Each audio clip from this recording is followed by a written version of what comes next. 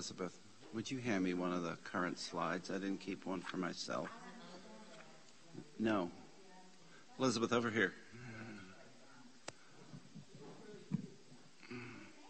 Thank you.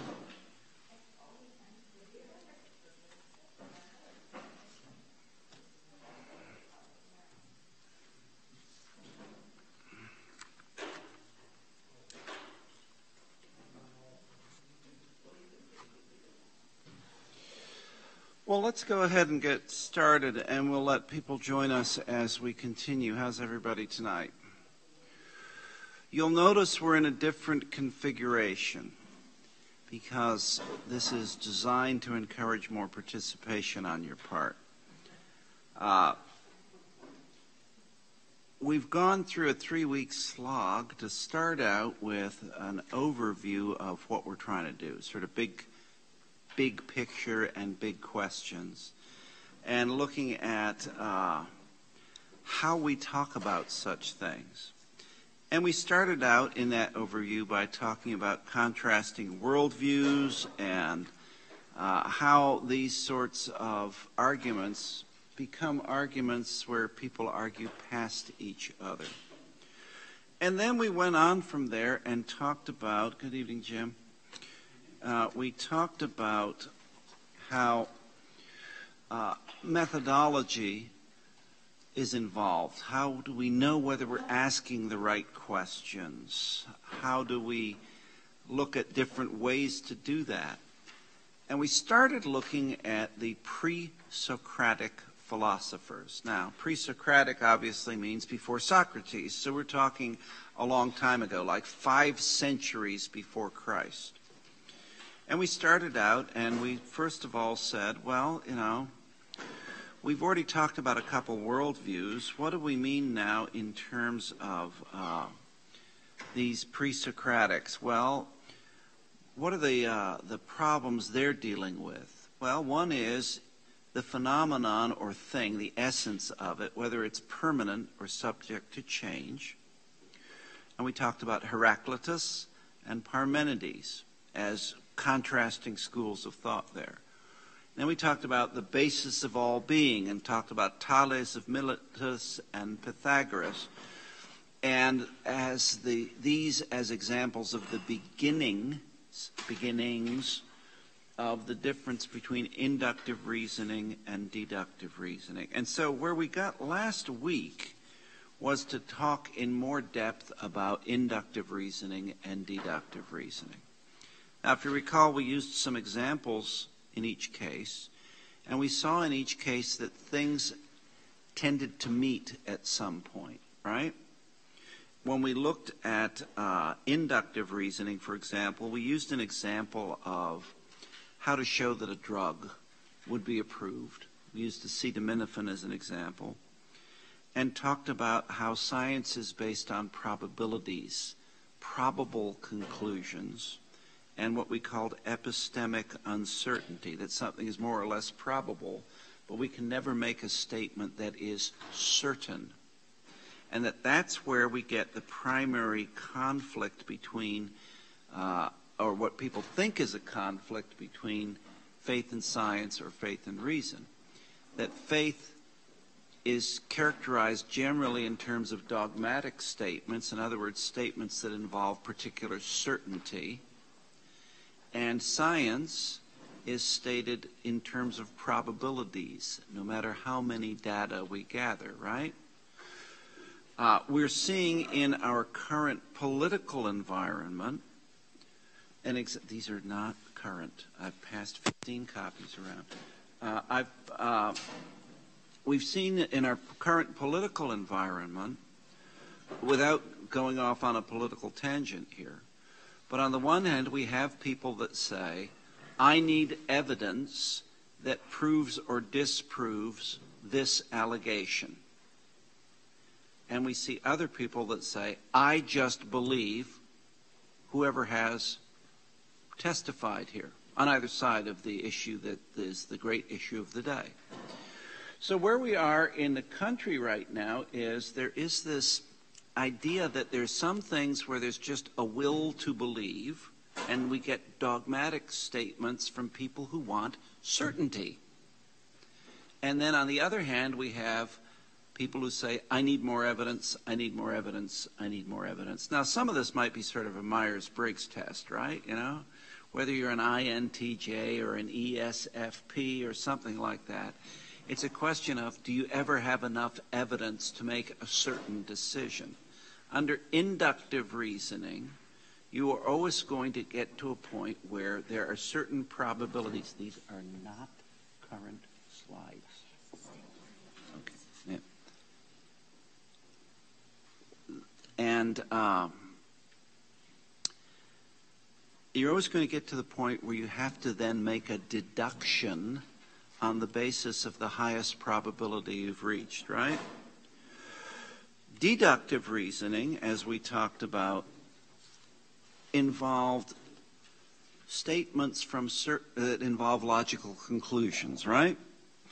And we talked about whether the premises of the statement are true, if the terms are clear, and the rules of deductive logic are followed. And we used examples of syllogisms and came up with the problem of a priori knowledge, which took us right back into inductive reasoning.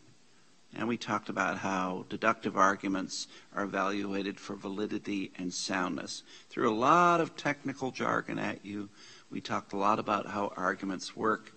And I've suggested that you read the first 4 questions in Kreeft's book. Now, if you've gone through all that, you're probably still sitting there going like, where's this going? Where's this going? Where's this going? So what we're going to try to do tonight is talk just about universals and then see how these relate to deductive reasoning and inductive reasoning. Fair enough? For those of you who've missed any classes, just see me when we break. I've got the prior slides and things like that.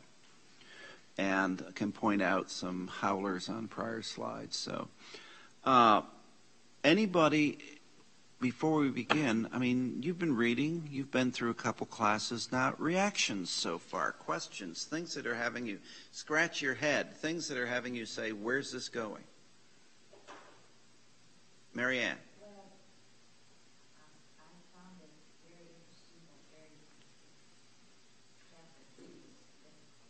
Okay.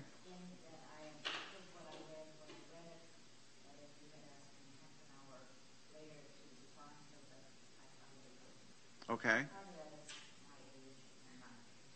Okay. Somebody remind me what chapter 3 is. I don't have the book in front of me.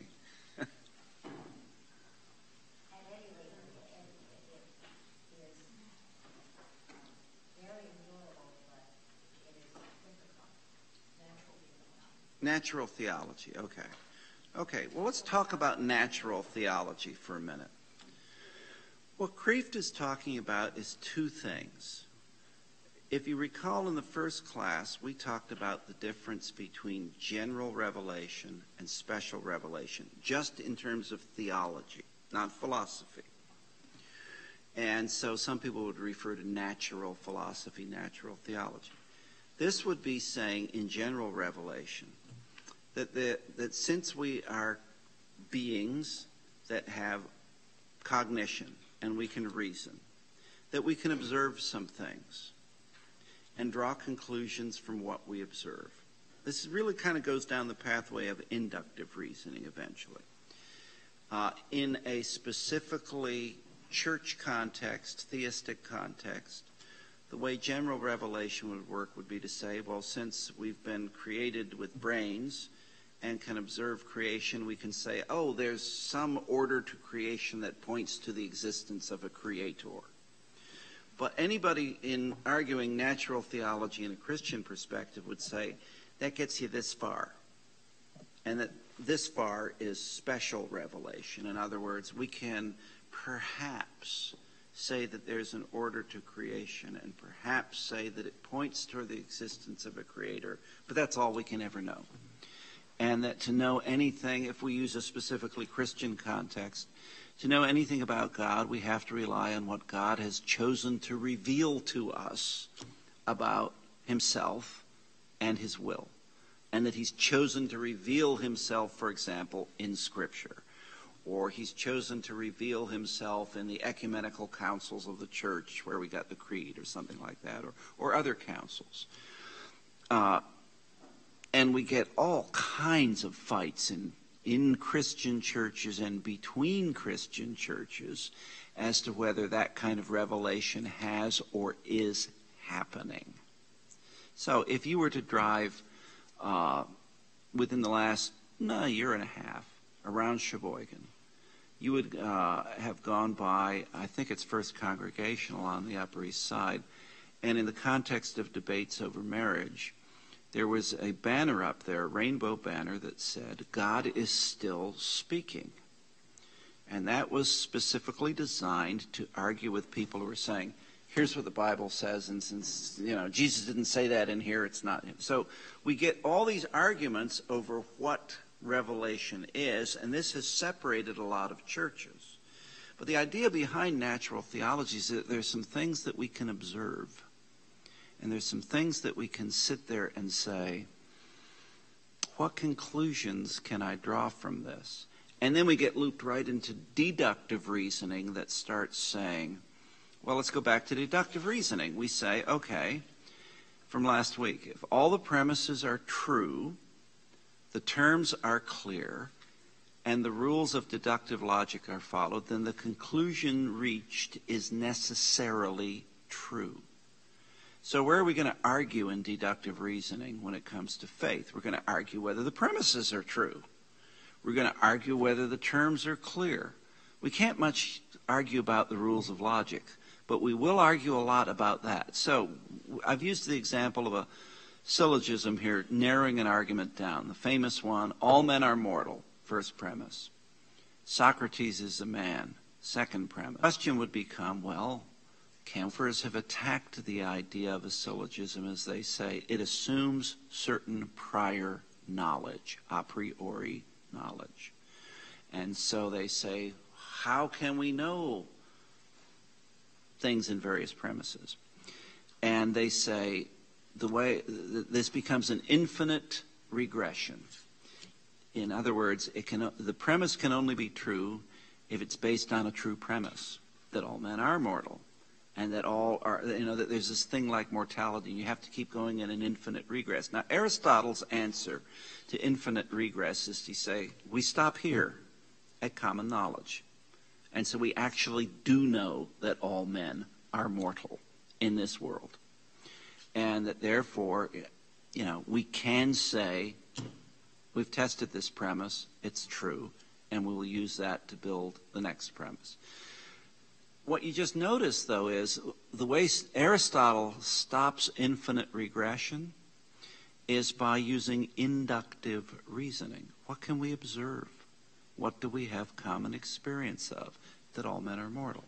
So the same way as we get debates between faith and reason, faith and logic, faith and science, all the, cultural debates, the idea that deductive reasoning and inductive reasoning are just two totally contrasting worldviews is a popular view, but they always end up meeting somewhere. Because when we look at the example in inductive reasoning we used, which was the approval of acetaminophen to lower your temperature as a drug, we said that inductive reasoning can point to probable conclusions, but doesn't yield certain conclusions. The level of contingency is the conflict between science and dogmatic statements of faith. But at some point, you have to be able to draw deductions from your observations. So, for example, we said association is not causation. The fact that if we get enough data, we can show an association between anything, right? I can prove to you, just on the basis of association, that paper causes cancer, if I gather enough data. And now that we're in the era of, big data, we see all kinds of weird things coming out on the basis of claims of association. Association isn't causation, though. In order to show that paper causes cancer and explore that association, I'd have to do what? I'd have to control for all the variables. I'd have to say when we were using the example of acetaminophen lowering core body temperature by 2 degrees Celsius, that we have enough patients to say this isn't a random variation, that we've controlled for variability between patients, that we've controlled for severity of disease, that we've obviously controlled for dosage, that we've controlled for when they ate, how much they ate, all the other variables that would go into the design of a drug trial. And some of these can be tricky. So, for example, if I'm going to get a blood pressure medicine approved, an antihypertensive, one of the important things I have to control for is race. Because African Americans metabolize calcium channel blockers differently than Caucasians. There are a lot of antihypertensives that are less effective. And we actually got a drug approved on this basis. Because we had a combination of an ACE inhibitor and a calcium channel blocker. And it was going to be like, I don't know, the fifth or sixth to the market, so who's going to pay for it? What we noticed was that it worked well in African Americans when most didn't.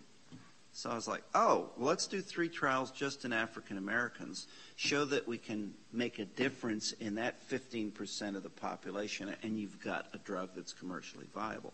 If you're the fifth or sixth to the market in the general market, nobody's going to buy it. Or the insurance company's not going to give you a price for it.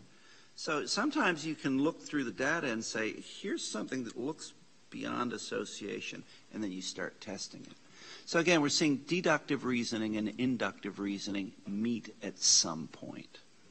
Now, all to say, tonight we're going to look at universals and say, we're really in deductive reasoning, right? And we're going to have to see where inductive reasoning might give us a basis to test some of this. But we're in deductive reasoning tonight. So we're in universals. And let's look at our slides. And we start out and we say that Pythagoras, our old friend, had posited that all being is founded upon numbers. That his was an early attempt to understand reality as founded upon universals. And that this is the origin of deductive reasoning. And then we get an even better known name here, right? Plato. And what does he say? He says that there are these things called forms. He also calls them ideas, because the word in Greek, idea, means appearance. These are abstract objects or entities existing outside of time and space and the human mind. Now, Plato actually said they were in some third realm, between the material realm and the supernatural realm. And so these forms, Plato would say, well, we could have universals such as triangularity, or redness, or humanness. The universal may be properties, qualities or relations that 2 or more entities have in common, right? We used the example too much, probably, of a triangle. No matter how I draw a triangle, if it's got 3 sides, it doesn't matter if it's isosceles or scalene, it doesn't matter the dimensions, it doesn't matter I draw it in a red crayon or a black rapidograph, it doesn't matter how perfectly I draw it, it's a triangle. But no matter how perfectly I try to draw it, it's never perfect. It's never the perfect triangle. There's always some variation in the line. But I know it's a triangle because it participates in an abstract thing called triangularity. So whether we drew one on the wall here, projected one on the ceiling, varied the colors, the size, or whatever, we'd all say, it's a triangle. And we couldn't do anything but discover triangularity, or the Pythagorean theorem, or that 2 + 2 = 4. We couldn't design something to be a triangle, or we couldn't have Congress declare that triangles have 4 sides. It wouldn't change in it. It's a thing outside of the human mind, right? We have to discover it. Another example would be numbers, or any other mathematical entity. Here I've said the Pythagorean theorem, or this is how geometric proofs work, right? 2 plus 2 equals 4 is a necessary truth, whether I agree with it or not. Yes, Tom? By this, do they mean numbers as in the symbols or amounts? Because the amount of 2 and the amount of 2 is going to be 4, but if I change that 2 to x, x plus 2 equals 4, x equals 2. So x could be a symbol for 2 as opposed to the amount of 2. So there's a little bit of a difference there. Because in some, like in Roman numerals, that doesn't mean... Right, it would be two vertical, things. So, no, that's where we're getting into the problem of language and sign and symbol, right? So is that when I guess when Plato was talking about this, is he talking more in terms of amounts? Yes, whether you used Arabic numerals, Roman numerals, any set of numerals, however you express the formula, 2 plus 2 equals 4, so 2 of whatever. Some unit, some quantity, something. Two-ness. Right. Right. And so whether we ever wrote those symbols, long before human beings sat there and developed writing, long before we developed numbers as a way of calculating things, 2 plus 2 still equals 4. Right? It didn't change. And in fact, if it was changeable, then in the materialist worldview, none of the random interactions of molecules that give rise to life and creation could happen because there wouldn't be any constants. So we could say 2 plus 2 equals 4, or we could say that we could pick a constant in nature, like the force of gravity, and say, we eventually had to discover what gravity is. We eventually figured out how to measure it. And we eventually figured out that controlling for things like air resistance by using a vacuum, that it's a constant force independent of the mass of the object. And so if I have, let's allow for air in this room. If I have a rubber ball that's 10 centimeters across and weighs, 100 grams, and I have a steel ball that's 10 centimeters across and weighs 1,000 grams, and I can measure it precisely enough and drop them from the height of the fans, they will fall at the exact same rate and hit the floor at the exact same time. This is what Galileo did on the Campanile in Pisa, the Leaning Tower. He went over and was dropping, cannonballs off the thing and measuring things. What's the most famous experiment on a constant? Anybody remember the Michelson-Morley experiment? If you've ever been to the United States Naval Academy, there is a line across the quadrangle that shows where they set up the experiment. And it was designed to actually show that the speed of light did not change on the basis of the direction you projected it. Why is it theory? You need a medium for the wave. It could be water, it could be air, right? But, you can measure it, right? Because waves don't have a medium in a vacuum. All the leading scientists up until there. And we can't measure it. But that's the medium that light propagates through. And so Michelson and Morley said, okay, if that's true, then we can see that the speed of light will change from the sun to the earth on the basis of the relative velocity of the earth versus the sun. And if we change the light's direction using a series of rotating mirrors, we can measure that difference. And what they were able to show was that no matter how fast the earth was doing anything, rotating, moving, whatever, light always had the same speed. It was a constant, right?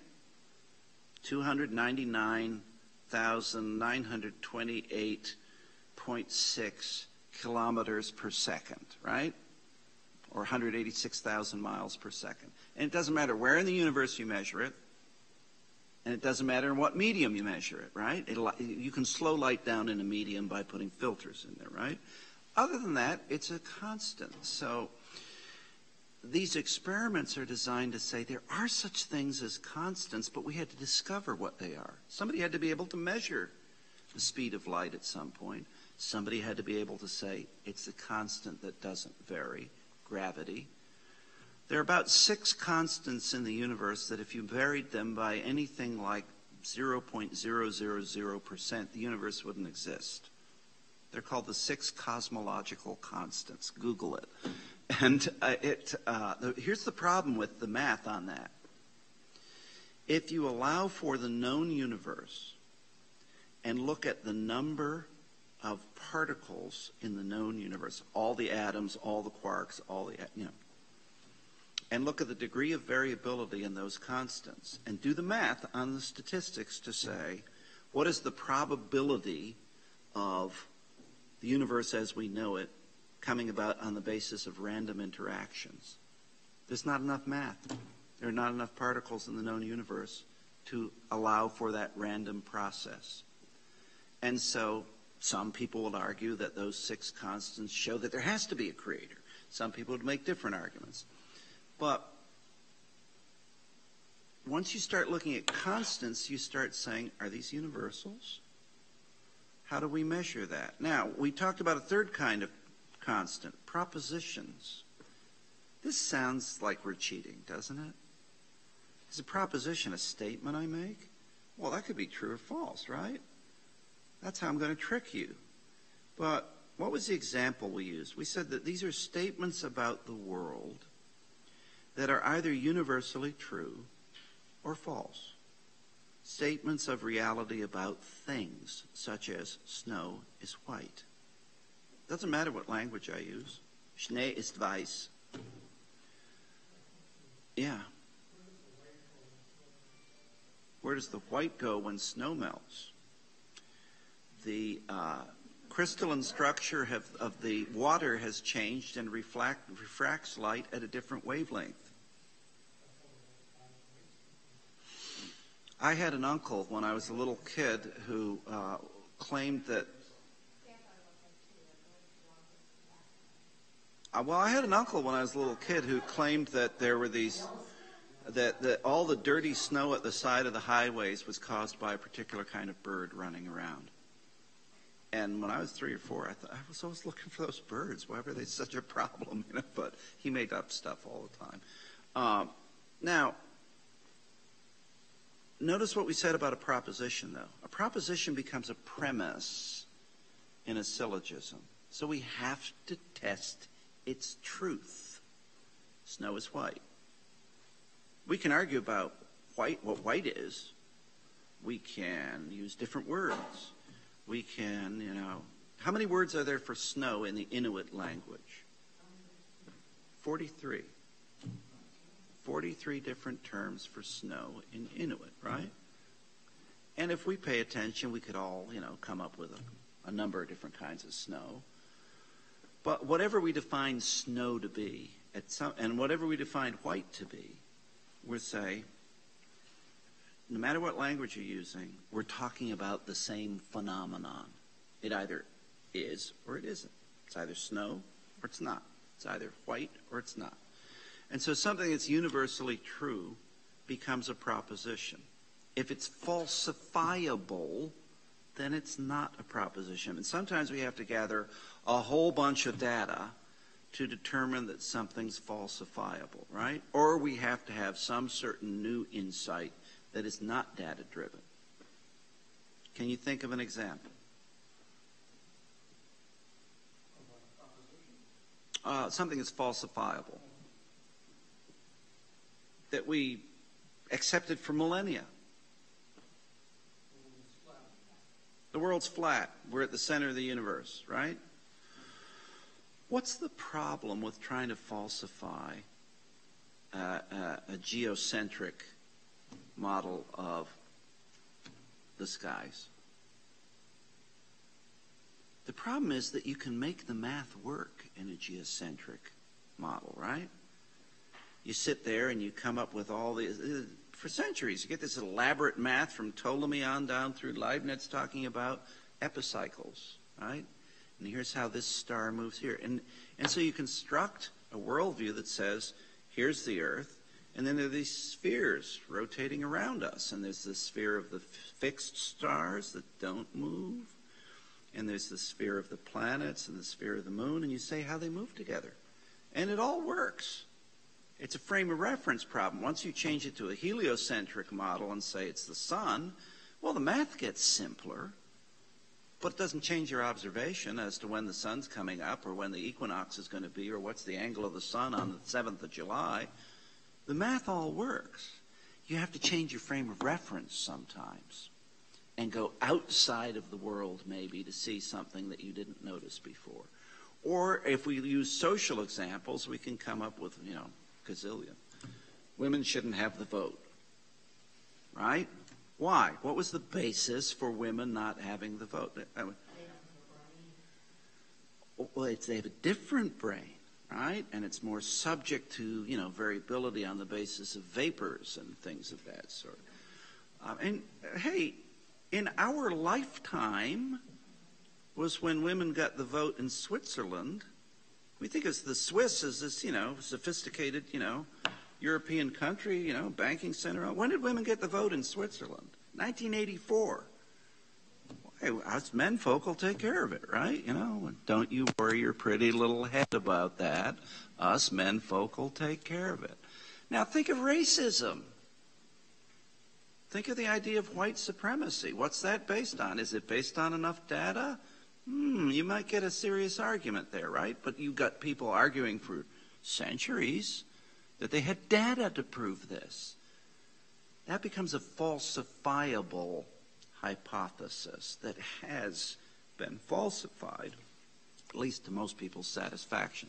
There's always the lunatic fringe out there. There is still the Flat Earth Society, remember. It's a real entity, the Flat Earth Society. Yeah, and they're really crazy, but they've always been sort of colorfully crazy. I tried to join them in 6th grade, but if you're going to be a kook, you might as well, So universals, numbers, propositions, and now we get to the positions regarding universals. I'm going to summarize these quickly and we'll take a break. We get Plato, Platonic realism, because all of these are going to say that universals are real things. They're not just what we think about. They have objective reality external to us. Plato's going to say that they are real things that exist in a third realm. So I'm going to use the example of beauty. And Plato would say beauty is a property that exists in an ideal form independent of any mind or description. That it's objective. That it's out there. And Thomas Aquinas will take that to the point where he's basically saying, well, since God is the source and summation of love and being and beauty and good and truth, that beauty is in God. And so in this life we get little glimpses of beauty, but we never see fully what beauty really is. And he quote St. Paul in the 13th chapter of 1 Corinthians, for now we see as through a glass darkly, then we shall see face to face, that in the beatific vision we'd experience the fullness of beauty. Have you ever looked at something, a sunset, a painting, a person, whatever, and been moved to tears? Anybody? I have. That might, if we take the Platonic form of this as developed more by Aquinas, that might be more, you kind of getting a tap on the shoulder like, paying attention, right? You get a little glimpse, and then it's gone, right? What does Aristotle do with that? He says, well, we don't need to put these off in a third realm. He says beauty is a property that exists only when beautiful things exist. He's also objective about this, but he relates it more to the existence of mind. Then we get anti-realism, which we would also call in some cases nominalism, that says beauty is a property constructed in the mind, And so it exists only in the description of specific things. It's subjective. And we go back and we say, what? What's the most commonly known expression about beauty? Beauty is in the eye of the beholder. That it's subjective, right? Yeah, a face only a mother could love, right? So nominalism is a type of anti-realism. And then we get our friend from the 19th century we're going to meet later in the course, Immanuel Kant. And Immanuel Kant argues for what's called transcendental idealism.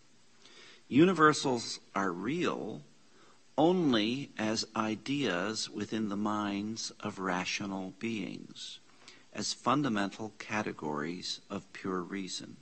And so, to the extent that we can talk about beauty, experience beauty, it is a function of how we think. It is a function of reason itself as a category of pure reason in Kant. Kant's most famous work is called The Critique of Pure Reason. Kant would say they can't experience beauty. And you can draw a direct line. I'm not saying Kant was a proto-Nazi, far from it. But you can draw a direct line from Kant saying if you can't experience it as pure reason, you're something other than human, to the T4 program under the Nazis where you say, let's euthanize people who don't have proper reason. Because then you start defining people to be less and less human. And then you start using utilitarian arguments. How many resources are these people consuming, and why are we paying for this? And how do, and you can, ideas have consequences, okay? Kant would be spinning in his grave at what the Nazis were up to, but, you can draw lines from arguments to conclusions. And we do that all the time. Now, again, we're going to take another 5 minutes before we break here. Plato's theory of forms. I talked about Platonic realism as, these are objective things, right? And so what Plato says is there's a sharp distinction between the world of perceivable objects and the world of universals, forms. One can have an opinion, but not certain knowledge of a perceivable object, because it is contingent and changeable. He's arguing from Heraclitus here. You can never step into the same river twice. As soon as the river's always flowing past you, it's a different river every time you step into it, right? And we get the famous example of the race of the tortoise and how things are... by the time we get to calculus, if you sit there and do a differential equation or an integral equation, you have the symbol that says as time approaches zero, right? But it never reaches zero, does it, in a calculus equation? It never reaches zero. It's always almost getting there. So calculus kind of comes from some of this thinking, and we see how we can make reproducible observations and calculations on things where the limit is zero, but the limit's never reached. The other thing that Plato's doing here with Heraclitus is he's saying that you can only have opinions but not certain knowledge of a perceivable object. So he's actually talking a little bit about something that sounds like epistemic uncertainty here, that you can keep gathering data but you never have complete data.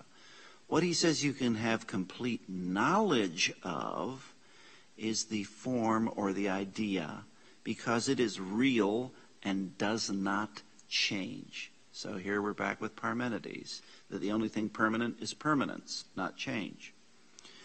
Now, what are these forms? Well, we start out, have you ever heard of Plato's cave? This is the allegory of the cave. It's in the dialogue called Republic by Plato. And he says, okay, we've got all these people, and they're sitting in a cave, and they're chained to the wall. And there's a fire behind them.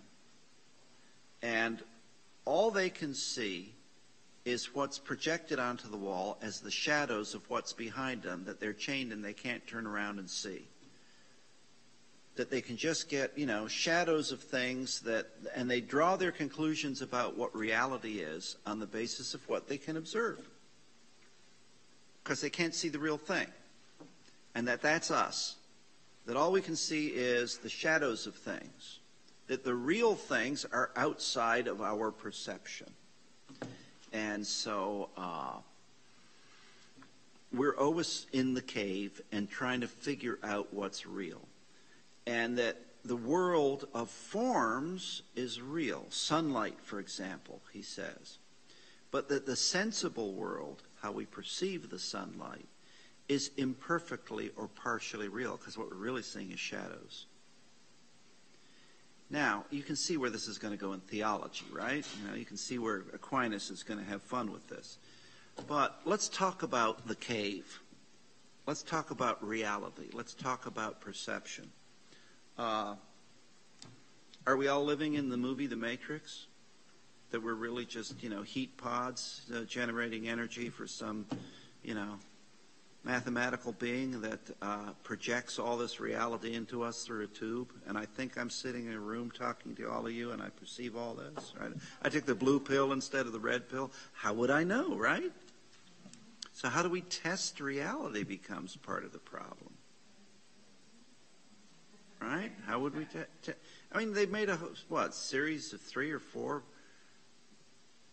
hit movies on the basis of a philosophical problem, right? A movie is just sitting in a cave with flickering light on Okay. We go into that cave and we assume. Okay, let's talk about reality here then. If we were sitting in first century Rome and we wanted to distract the people and keep them happy, we put on a series of games. Throw some bread at them while we're at it. And we bring in a bunch of gladiators and slaves, and they'd battle each other to the death. And we'd sit there and we'd watch and decide thumbs up, thumbs down. And we'd watch people being killed, and we'd say that's a form of entertainment. And we could say some people are getting into it. They like to watch somebody get killed, right? And we'd say, that's barbarians. We've advanced so much beyond that. Been to a movie lately? And watch somebody get, shot on screen or strangled or... there's absolutely no difference between gladiatorial combat and most movies. It's just different technology, right? And so the person getting killed in the Roman amphitheater, that's real, okay? He's getting killed. The person getting blown up in a movie is, a stunt man that, picks himself up and they edit the thing and all that. But to the viewer, it's part of the story. It's real. It's, if a movie's effective, it's going to really have you like this. And, even if it's a fantastical creature like a monster or something like that, you'd say, what's real? So Plato's basically arguing that we're seeing a series of films. Right. Whether it's real or whether it's imagined. Well, suppose I'm a psychopath and I don't react to such things. I like to watch pain, but it doesn't move me. It doesn't move you to empathy, but it moves you to continue to engage in that behavior. Okay, yeah, that's the great success of porn, right? Number 1 addiction in the United States. That's universal. Right, it elicits a reaction that doesn't have any empathy. The reaction is universal. Whatever it is. Okay, Plato would argue there that the reaction, once we define what the reaction is, and again, we have to control for all kinds of variables here, is part of the form of humanness. And so by the time we get to Aquinas... We share reactions with animals. There are other animals that have similar reactions. They don't have consciousness. Okay, right. So would that still be universal? Even be a human universal? Well, as late as the 17th century, we've got René Descartes arguing that animals can't feel pain. No pain. You can do anything to them, they can't feel pain. Now, you can watch the animal react to pain, but since the animal doesn't have cognition, it doesn't matter because it's not experiencing pain at a conscious level. I saw a squirrel and he's squirming around. Yeah, and you felt bad about it. I would have felt bad about it. Descartes would have argued it's just a series of autonomic reactions and the animal's not feeling pain, so what are you worried about?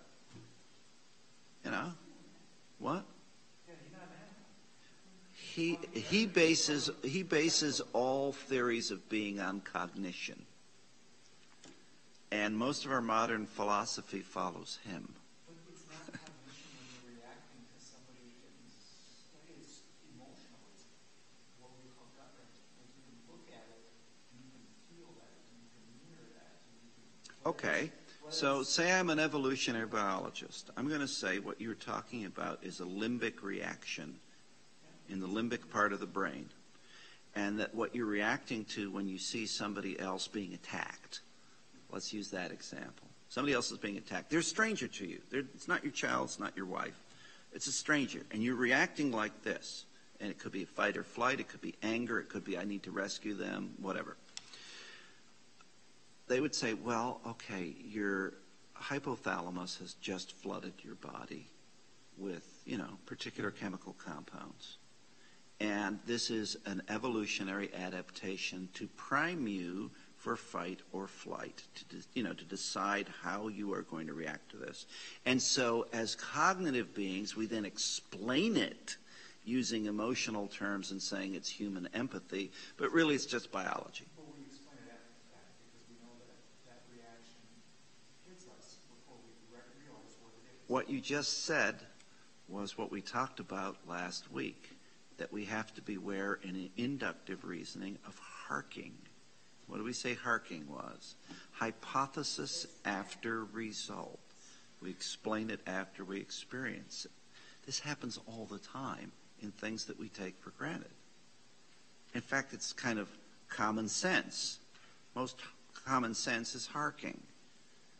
Now, in a strict scientific method, if we used a testable hypothesis there, if we used a falsifiable, have we gathered enough data, have we controlled for this? Some of those things, people have done that. But if, in fact, we agree with Plato, and we're going to go on from Plato, don't worry, we're not going to just stick with Plato here.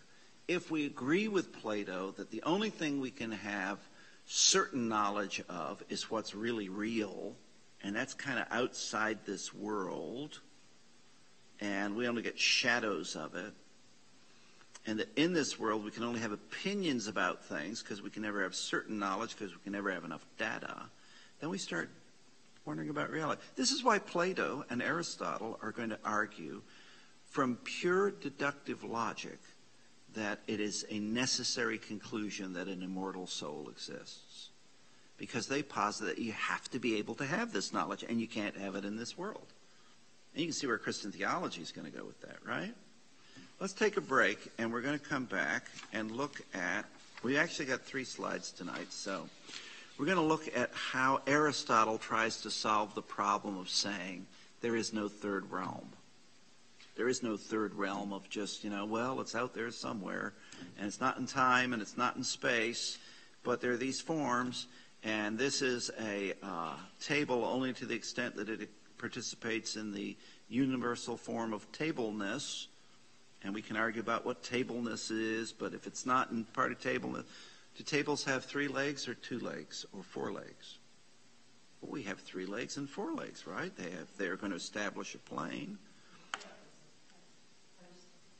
You could, yeah, you have to establish it, And so what's a table? We talked before about the examples of what's a cup, what's a glass, Aristotle's going to say, what's a human? Because we see wide variations in human beings, right? Size, shape, color, age, gender, et cetera, et cetera. He's going to say the form of humanness is the immortal soul. And the reason a dead body is not a human being is that the form has left it. And the material is not participating in the form anymore. Now, a Christian would say, yeah, but they come back together at some point at the eternal resurrection or something like that.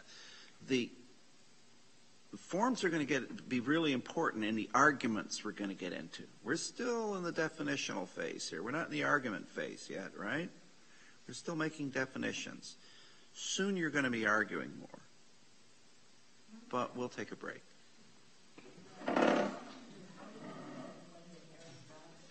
I'm sorry, what? Plato would have been about 3 centuries before Christ. Aristotle, about the same time, but younger than Plato. Aristotle was a pupil of Plato. Pupil of Plato. And we can thank Ellen for a snack tonight.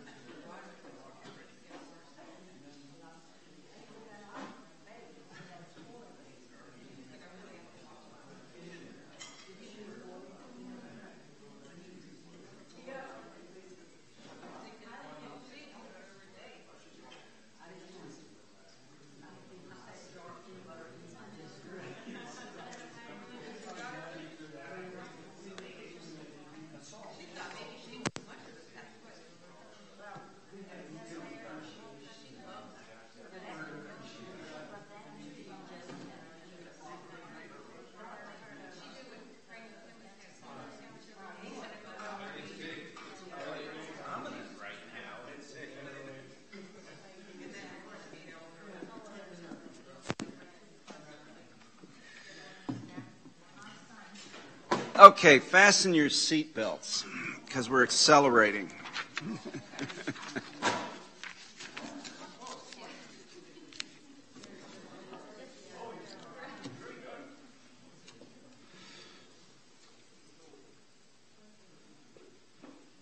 Fasten your seatbelts, because when we get to Aristotle, the way he deals with the problem of forms is to turn them into formal causes, the essences of individual things and not part of any third realm.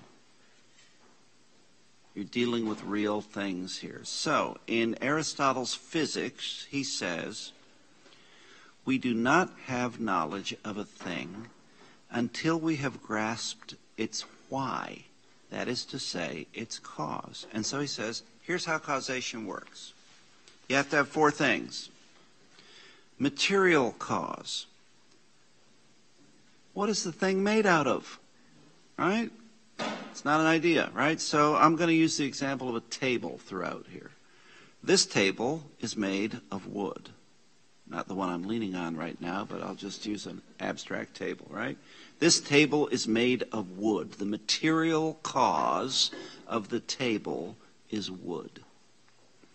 The formal cause, a change or movement caused by the arrangement, shape, or appearance of a thing.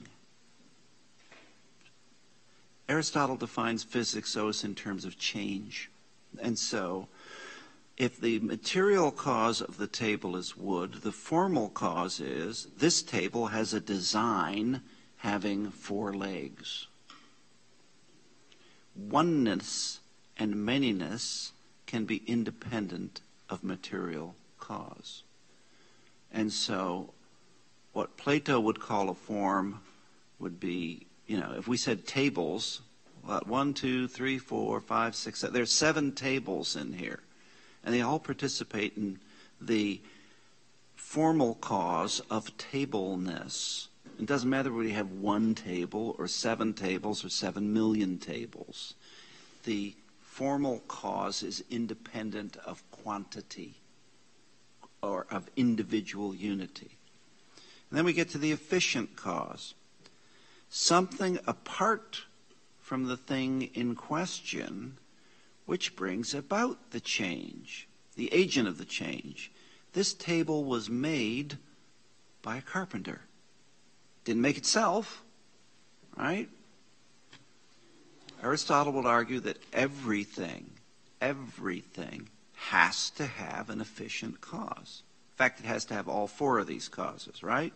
It has to have a material cause, has to have a formal cause, an efficient cause, and a final cause. And here's where modern philosophers go nuts. The final cause is the end or purpose of the thing, that for the sake of which the thing is. This table is for dining. That's why we designed it with these dimensions and this size and all that. We could come up with tables for other things. A drafting table. A cutting board is a table of a kind, right? A turntable for locomotives, A butcher table, right? So, final cause would say, what's the thing for? Right? Now, once we get away from the example of a table, let's think of the example of a rubber ball, right? What's the material cause of a rubber ball? Rubber.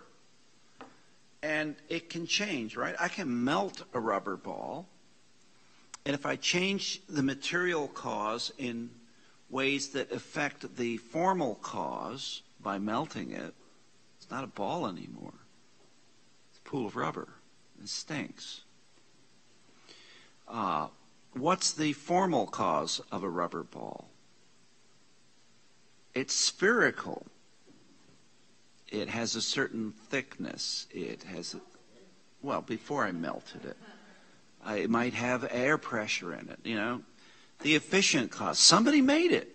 I had to get the rubber. I had to mold it some way. I had to injection mold it. I had to blow fold it, whatever it is. Final cause is, what's the ball for? It could be decorative. I could want to bounce it. I could want to specify it to have certain characteristics to be used in this game. I could use it as a shock absorber. I could do all kinds of things with it. Because what is Aristotle worried about here in terms of the essence of things?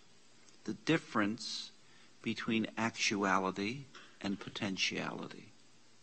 The ball is potentially a puddle of rubber.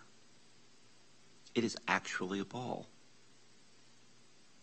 I am actually, at this time at any rate, a human being.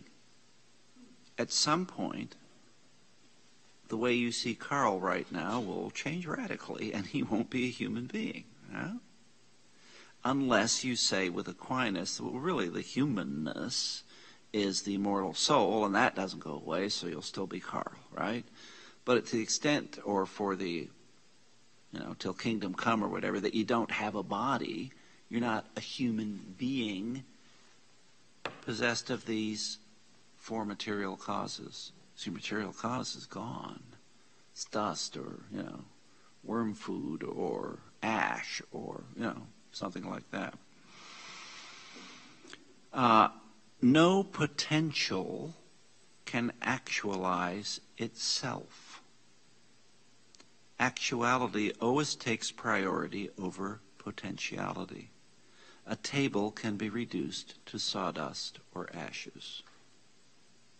Human being can be reduced to ashes. All four formal causes are necessary for a potentiality to be actualized. Let's go back to the rubber ball. If I have rubber, I have the potential to use that as the material cause for a rubber ball. But I also have to have the formal cause, the design of a ball. I have to have the efficient cause. I have to make the ball. And I have to have the final cause. I have to, have ballness, right? But the rubber has the potential to actualize as a ball. Right? Something can't actualize itself, though. It requires that efficient cause. I can't just have a pile of sawdust here and say, well, one day it'll be a table. Right? Oh, I could make a table out of sawdust. And I could, put some kind of resin in there and apply heat and pressure and, forms and all that. But the sawdust itself can't make itself into a table. Right? So what Aristotle is arguing here is our reality, as perceived by our senses, is a composite of actuality, real things, and potentiality, that real things can change. The ball could be melted. I could take the sawdust and make it into a table. I could take the table and make it into a sawdust, right? You could make a ball out of sawdust. It probably wouldn't bounce real well, but,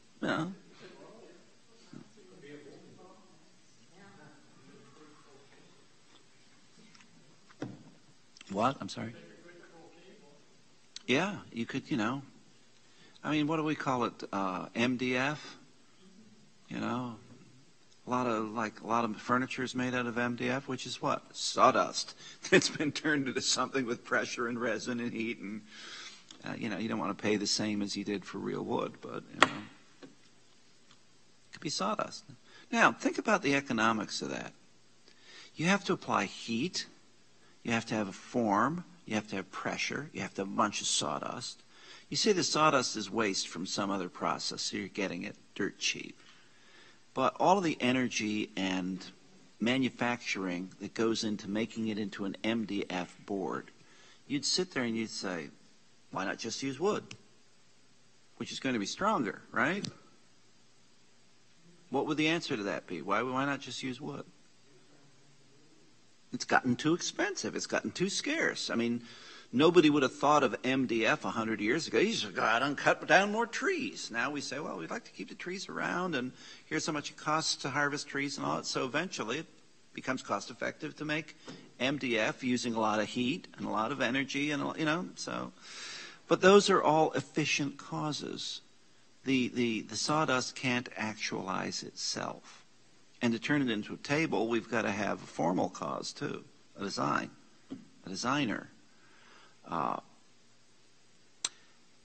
The form, what Aristotle is saying here is that which is permanent. Okay, let me go back. I said that all formal, actuality takes priority over potentiality. All four formal causes are necessary for a potentiality to be actualized. Necessary corollary. Any and all change requires an agent of change in a chain originating where? Aristotle's going to take it back to an unmoved mover. Now, let's not go there yet. I'm just teeing that one up. Let's go back to the rubber ball or the pile of sawdust. If I make the pile of sawdust into MDF and make a table, I have to have what? Machines, design. So I have to have a designer. I have to have somebody who designed and made the machine. I have to have chemicals. I have to have energy. I have to, have money, right? And then you say, well, in order for you to have a machine, you had to have somebody who designed the machine, and it had to be made out of metal. And so you keep going back in an infinite regress. Aristotle, the same way as he says in the argument of a priori knowledge that it stops here with common experience, it says it does stop at because Aristotle describes all change in terms of movement, like a big lever, movement and change is the way his physics work. You have to go back to an unmoved mover, which he's going to equate with God. And so he's saying the way the world works necessitates something that doesn't change, that doesn't experience change, that does provide efficient cause at the beginning of the chain. Now, is that incompatible, for example, with Darwinian evolution? No, because he's saying you have to be at the beginning of the chain. You have to be able to sit there and say, somebody gets the ball rolling, right? And if we just focus on Charles Darwin and the theory of natural selection, you would argue the designer could show up in any part of that chain, many parts of that chain, could direct the whole process for all you know. The two are not necessarily incompatible. Whatever you think of evolution, whatever you think of Scripture, the two processes described are not actually logically incompatible. The question becomes, who's the unmoved mover? Or what's the unmoved mover? Or how does this work? A materialist worldview would say, nah, it's all random. It's just math. It's all random, and, randomly things will collide and stick and things will happen. Even if you accept that for purposes of things like, planets, once we start getting to things that start more and more looking like a species of plant or animal, you start running into real problems of the math of randomness. And obviously, once you start getting to artifacts, if we're walking down the beach out here, and we get far enough away from the beach up towards the Pigeon River, we're encountering all these nice, smooth, polished pebbles, right, and stones. If you go up near the Pigeon River, you get all those cool granite stones that the lake has polished, right? And some of them are really smooth, and, the lake's never smooth enough to skip them, but, they're cool. You just bring them back, and, you can find lumps of coal out there, too. If you're walking along and seeing all those beautifully polished stones and you come across a billiard ball, in other words, an ostensibly perfect sphere that's monochromatic, you're going to notice that it's not a natural thing amidst all those stones. Absolutely. It bears all of the hallmarks of being an artifact, of being made by somebody. There's some design involved that's not random. So once we get to artifacts, the whole idea of things being random goes right out the window, right? And we explain that in a human context by saying, well, we have minds. We intend things. We design things. We make things. Aristotle's going to take that back a lot further in the chain. Now, let's keep going, because we're actually going to run out of time tonight, but we'll probably do this for 2 weeks, flog it for a while longer. Our reality, as perceived by our senses, is a composite of actuality and potentiality, because all things are subject to change, but we're dealing with real things. That which is permanent, the actuality subject to change, is the form of the thing. He's going back to Plato's forms here. What's subject to change is, it's not in a third realm, but it's the form of the thing. Ballness, tableness, sawdustness, humanness. The form and the matter of the thing are combined into the thing. And so in Greek, hule, matter, and morphe, form, are combined into the real thing we experience. This is, when you talk about Aristotle, you talk about hylomorphism. Where do we talk about hylomorphism in the church? The sacraments, right? We would say that the form of the flesh of Jesus Christ is combined with the matter of the bread to become the blessed sacrament of Jesus' body. And if we're good Catholics, we'd say this happens in a way that we describe as transubstantiation, because substantia in Latin, substance, in Greek is morphe, form. So we'd say the substance of the bread changed from breadness to Jesus' flesh. Now, other Christian denominations would argue for consubstantiation, and they'd say, well, the substance of the bread didn't change, but now it participates in the substance of Jesus' body, and the two are there together. And so when we clean up after our Eucharistic service and put everything away, if we've got any of the Blessed Sacrament of Jesus left over, since we're no longer gathered in his name and celebrating Eucharist here, it's no longer Eucharist. It's just bread. We can put it back in the cupboard. We can pour the wine back into the bottle, right? And you see churches do this, that practice consubstantiation. They take the consecrated wine and pour it back in the bottle. They'd say, it's not Jesus anymore. And then you get people arguing for real presence that would say, well, we don't know how Jesus is present. We just believe he is. And it could be in elements of the sacrament, or it could be in the gathering of the people. There's some spiritual presence. Aristotle is going to lead us directly to Thomas Aquinas in hylomorphism. And so Catholic doctrine of Eucharist, transubstantiation, requires hylomorphism to work, right? We're not going to, this course is not about sacramental theology, but I'm showing how this shows up in Christian history as well. Here's the problem, though. Both Aristotle and Aquinas require the existence of mind to define formal causation. That final cause, that purpose, what's the thing for? What's the table for? What's the ball for? What's the intercontinental ballistic missile for? What's the automobile for? What's the pen for? What's the microphone for? Requires mind. Now,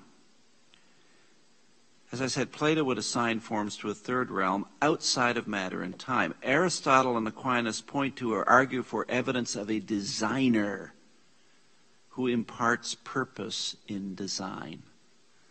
Aristotle is not a Christian, obviously. He's a Greek philosopher, right? He's an Aristotelian, right? The prototype Aristotelian, growing out of Platonic thought. You will get medieval Christians arguing about, here's how Aristotle argues for the existence of the Christ, but, that's a different set of arguments. Aquinas is obviously frankly Christian, probably the greatest Catholic theologian and philosopher. And so when he talks about a designer, he's going to really focus on final causation and formal causation to say, here's how the world works, folks, and here's how you can see God's fingerprints all over it. Now, big time out, big caveat. In the current debates in our culture wars over, call it evolution broadly, but that term's misused. In the new atheist debates over evolution, in the evangelical Christian debates over evolution, you always have people make the argument of intelligent design. That is not what Aquinas is arguing.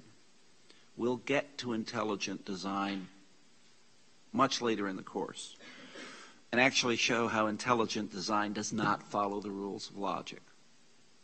Now, I'm going to argue for a designer, but not using intelligent design theory, okay? So let's not confuse the noise around us about intelligent design with what Aristotle and Aquinas are talking about here. What they're saying is, this is just how reality works. You have to have 4 forms of causation, 4 types of causation, and you require that there be a mind. Aristotle is going to say, this requires a universal mind. It's going to point us towards God, the unmoved. So Aristotle is going to give us an unmoved mover and a universal mind. Aquinas, of course, is going to put that in a frankly, Christian context.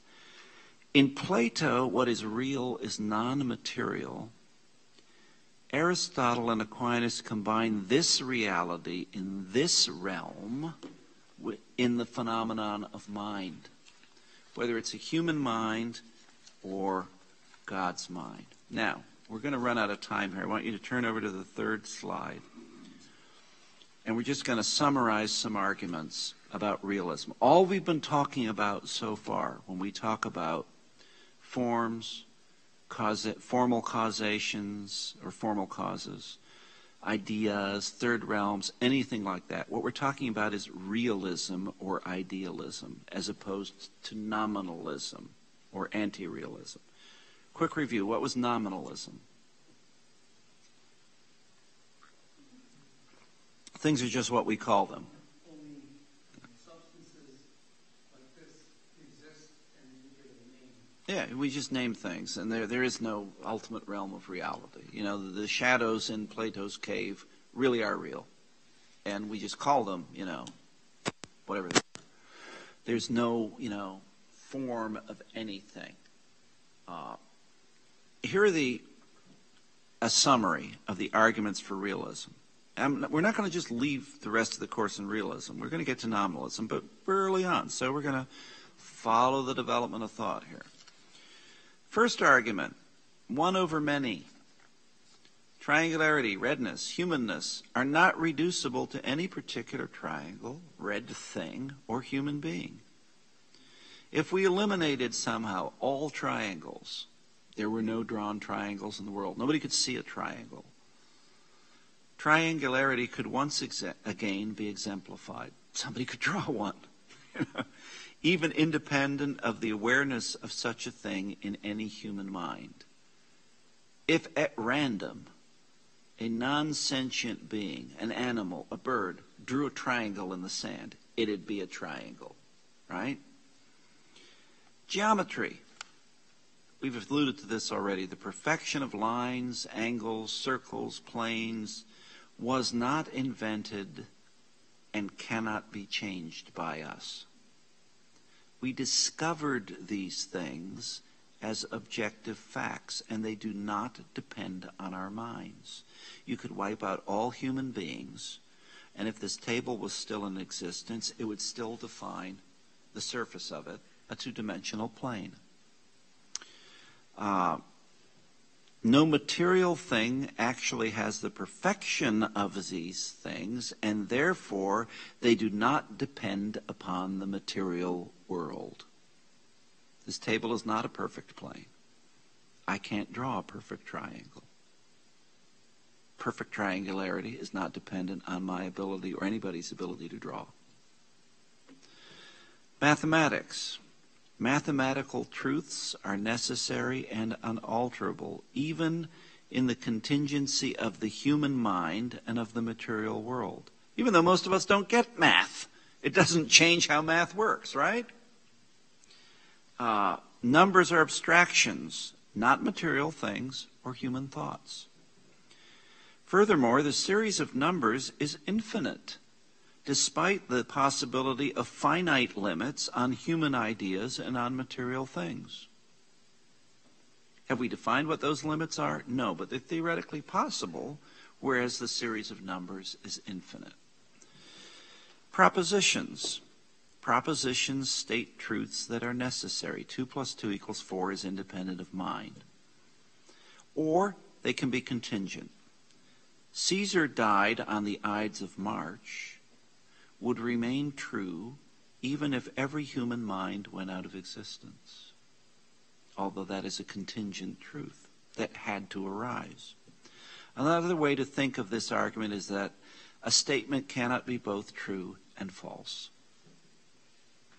Fundamental principle of all thought is the principle of non-contradiction, right? You can't be both true and false. So propositions are an example of that. Oh, yeah, we could come up with alternate facts or, I don't know, fake news or whatever, and say it's not true, but actually we're in a lot of trouble when we start doing that. Yes, Tom. We're looking at the proposition that, in your example, all men are mortal.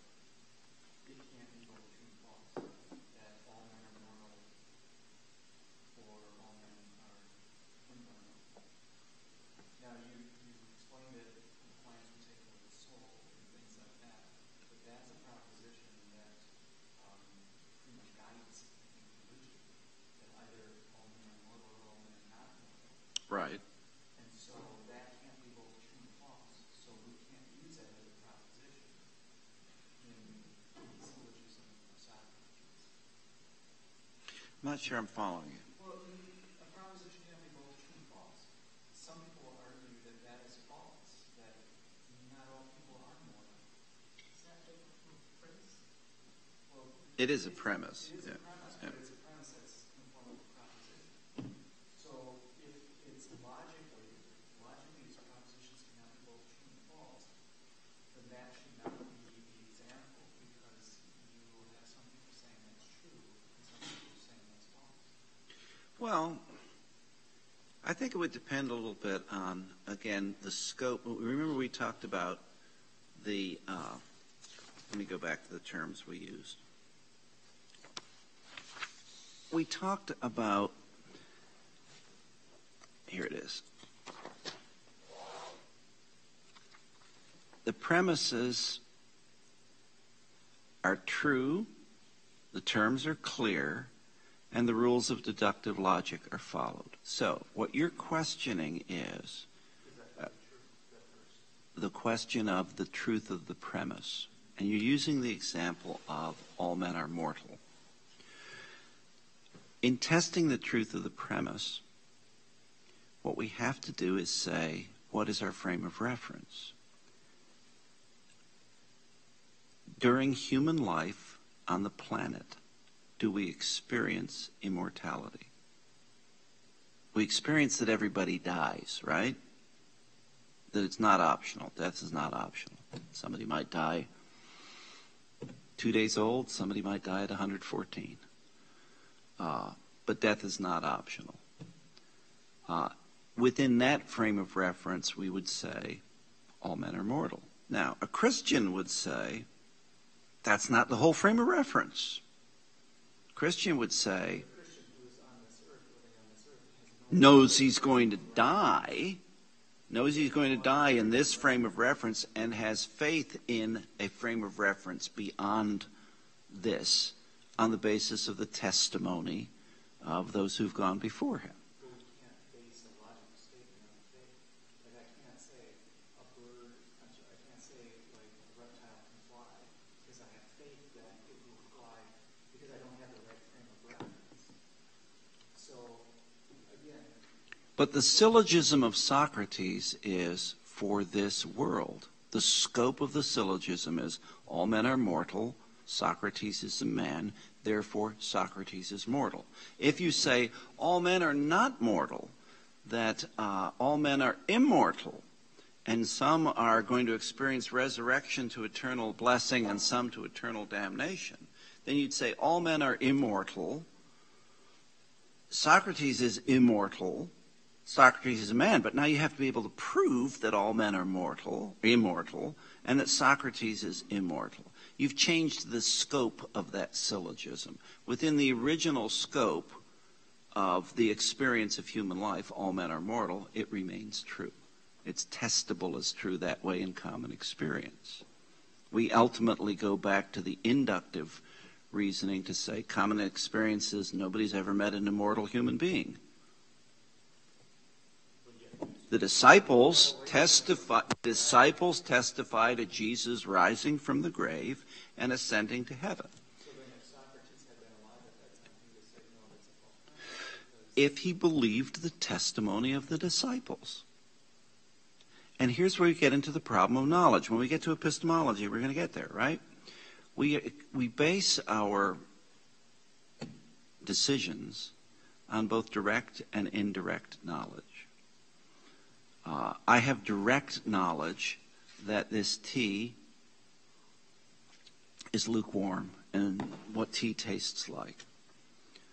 I have indirect knowledge that it contains a high concentration of oxalates, and that if I consume too much tea and not enough water, I will be at higher risk for kidney stones.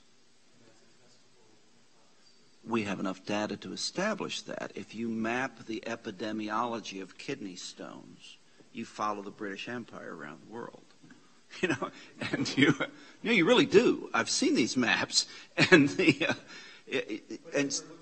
so let me pursue this just a little bit more. The indirect knowledge of the composition of oxalates and the effect of oxalates in the body is based on close to 200 years of medical and scientific observation. So we've collected enough data in inductive reasoning to say there's indirect knowledge of the effect of tea, or the effect of salt, or the effect of alcohol, or things of that sort. And so I have direct knowledge of tea-ness and indirect knowledge of, here are the limits of consumption of tea. We try to combine those two all the time.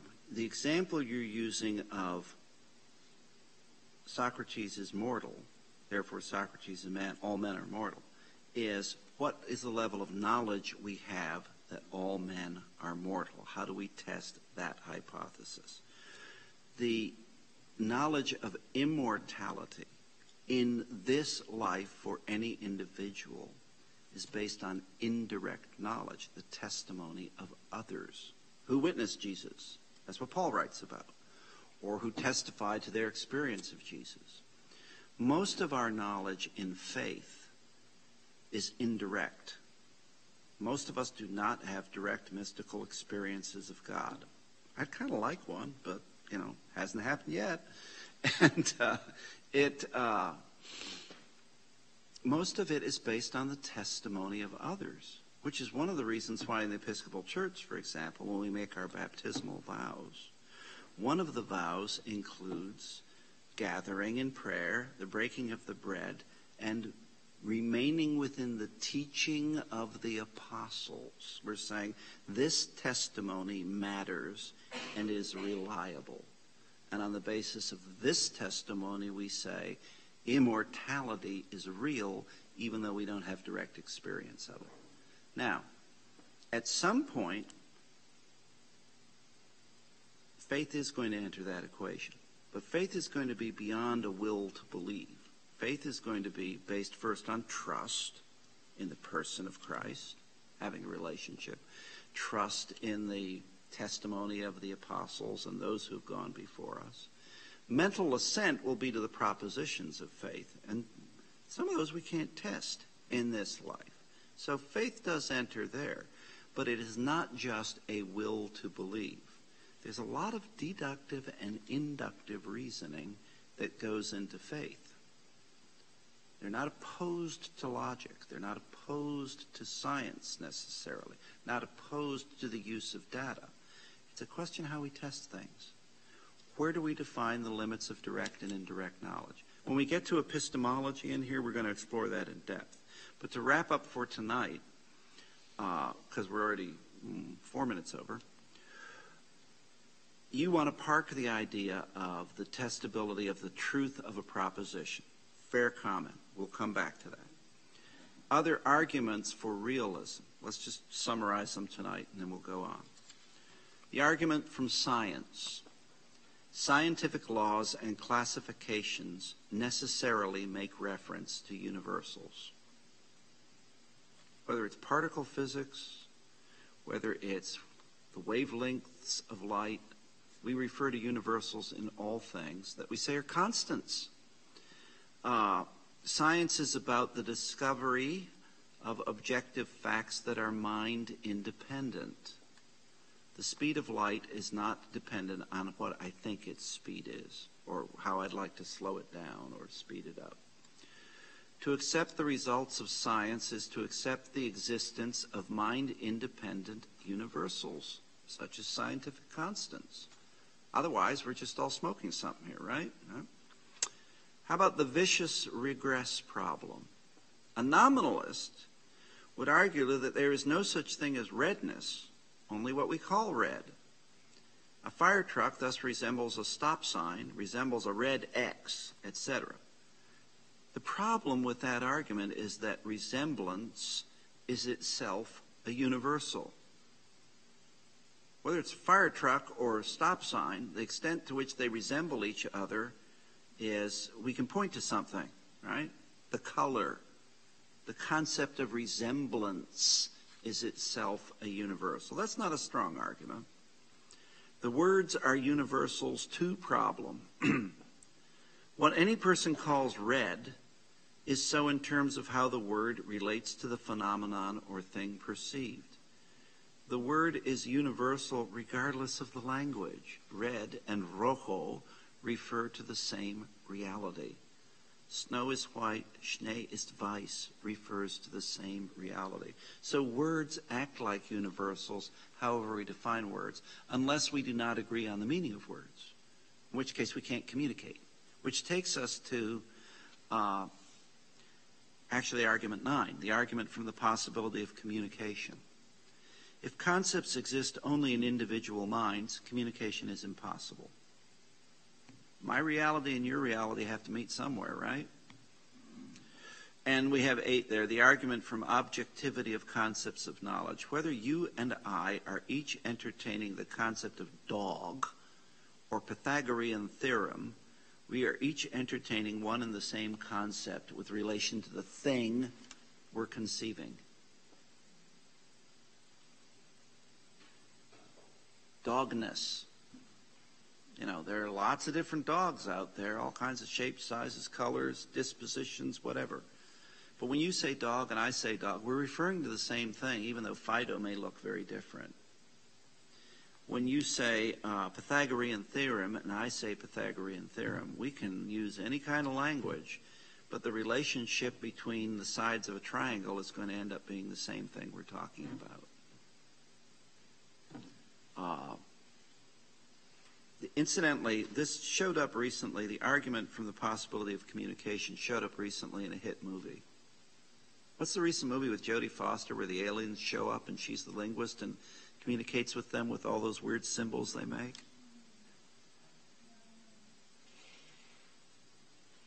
That's this argument, the argument of the possibility of communication. Or you've got, what is it, Close Encounters? It's like there's some mode of communication. Otherwise, if these beings are so alien that You can't communicate with them. Well, we get back to, who was it who said, oh, I can't remember. It's a really cool 20th century thinker, and I can't remember his name now. He says that the difference between sufficiently advanced technology and magic cannot be determined. If you came up with Star Trek technology to beam me up and allowed yourself to be departicleized and walk through that wall, the rest of us would think it was magic if we didn't know the technology, right? So if we can communicate, we're talking about concepts that are not just abstractions. They interact with reality somehow. In a concrete example, like cupness becomes a cup. That cup. Not your cup, but that cup, or that styrofoam cup, or that. And so at some point we have to struggle with this problem of realism. That's where we're struggling right now. Just looking at what's really going on with universals. What really is real? Or are we all in the matrix and just having sensory data fed into us by some super intelligent being? Now, I've said that on the 11th of October, we're going to look at causality. So there's no additional reading. I'll play with some more slides to expand what we've done here. But we're going to play with the four causes and how form and matter interact. Because this is heavy stuff. We're not going to do it in one class, right? So I want you to take what we discussed tonight and keep reading through your books. Take what we discussed tonight and come back next week. And, you had a homework assignment last week. You were supposed to come up with a universal. Who wants to toss one out? Fire emits heat. Fire emits heat. Okay, is that a universal? No, we can measure that. Propositions are logical propositions. Fire emits heat. Fire burns. Oh, you all like fire. Okay. And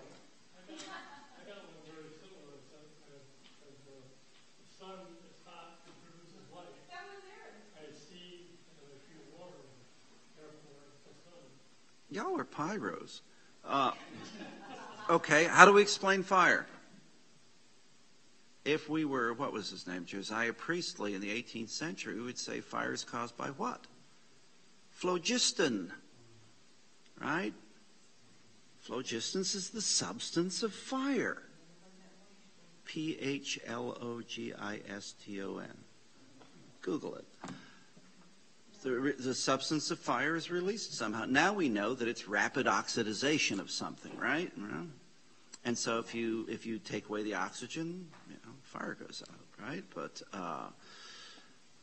okay, so let's just take fire produces heat. Is that a universal? If we refined the terms of that, we probably would agree it's a universal. That what we measure as fire, experience as fire, however we define the terms of it, involves the release of energy. It's an exothermic process. It involves the release of energy and heat. And that, we'd come up against the first two laws of thermodynamics, right? Heat is work and work is heat. And heat cannot of itself pass from one body to a hotter body. So we can't make fire make something cooler, right? So we could test that a number of ways and probably come up with a way to make fire produces heat into a universal. Certainly in common experience and inductive reasoning, yes. Others, we had the sun emitting light, but the sun can go out, right? But while it's here, it does emit light. When water freezes to ice, it expands. Okay, so we're looking at physical constants in creation. And if we were to measure the water content on Mars or the Earth or the Moon where it's frozen, we do this with radar probes that would base their speed measurement on reflection on the existence of the water being in a solid state, right? We wouldn't be measuring a vapor there, right? So we couldn't design an experiment to measure water on Mars with radar unless we knew how much water expands on freezing. So we're going to play with universals for another week. We're going to play with formal causes. And I want you to come up with something other than a table or a rubber ball. Here's your homework. Come up with a common thing. Not a table, not a rubber ball.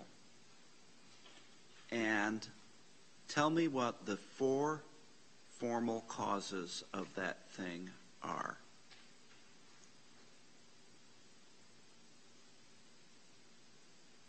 And for extra credit, throw in some potentialities as examples.